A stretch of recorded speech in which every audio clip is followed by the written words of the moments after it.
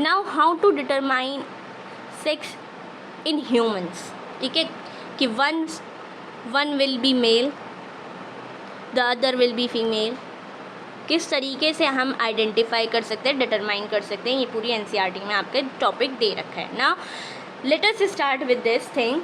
It has already been mentioned कि 23 pair of chromosomes होते हैं एंड ह्यूमंस के केस में मेल्स में XY टाइप होता है। ये चीज़ हम ऑलरेडी देख चुके हैं, है ना, ये चीज़ हम ऑलरेडी देख चुके हैं। सो 22 पेयर्स आर एग्जैक्टली सेम, दोनों में ही सेम होते हैं, बट ये जो 22 पेयर्स होते हैं वो कौन से होते हैं, ऑटोसोम्स होते हैं। बट जो चीज़ डिफरेंट है वो है a pair of X chromosomes are present in females whereas presence of X and Y are determined in male characteristic. इसी से ही डिफाइन होता है कि whether a person will be a male और female.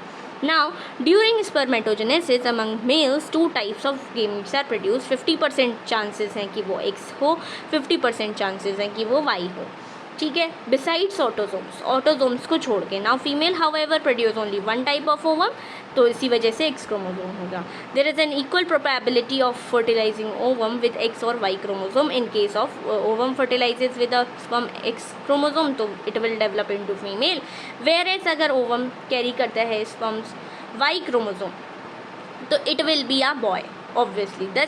This is evident genetic mechanism of sperm that determines the sex of the child.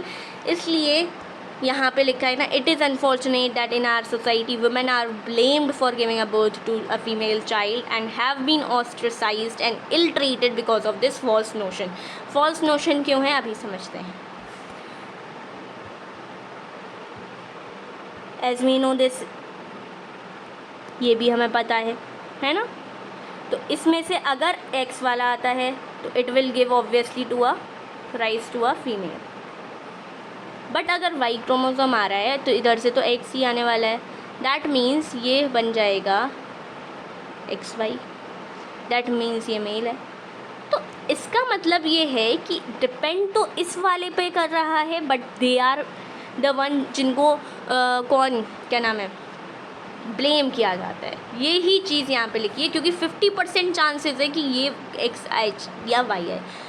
सो इधर तो X ही आना है, कुछ भी कर लो, लेकिन इधर से दो टाइप्स ऑफ आ सकते हैं। That's why in the society women shouldn't be blamed. That's why यहाँ पर ये टॉपिक भी इसीलिए ही हमें ये पूरा पढ़ाया जाता है, ये पूरी लाइन को अच्छी तरीके से समझाने के लिए, ठीक है। विद दिस हमने ये कंप्लीट कर लिया। Till then take care, bye bye.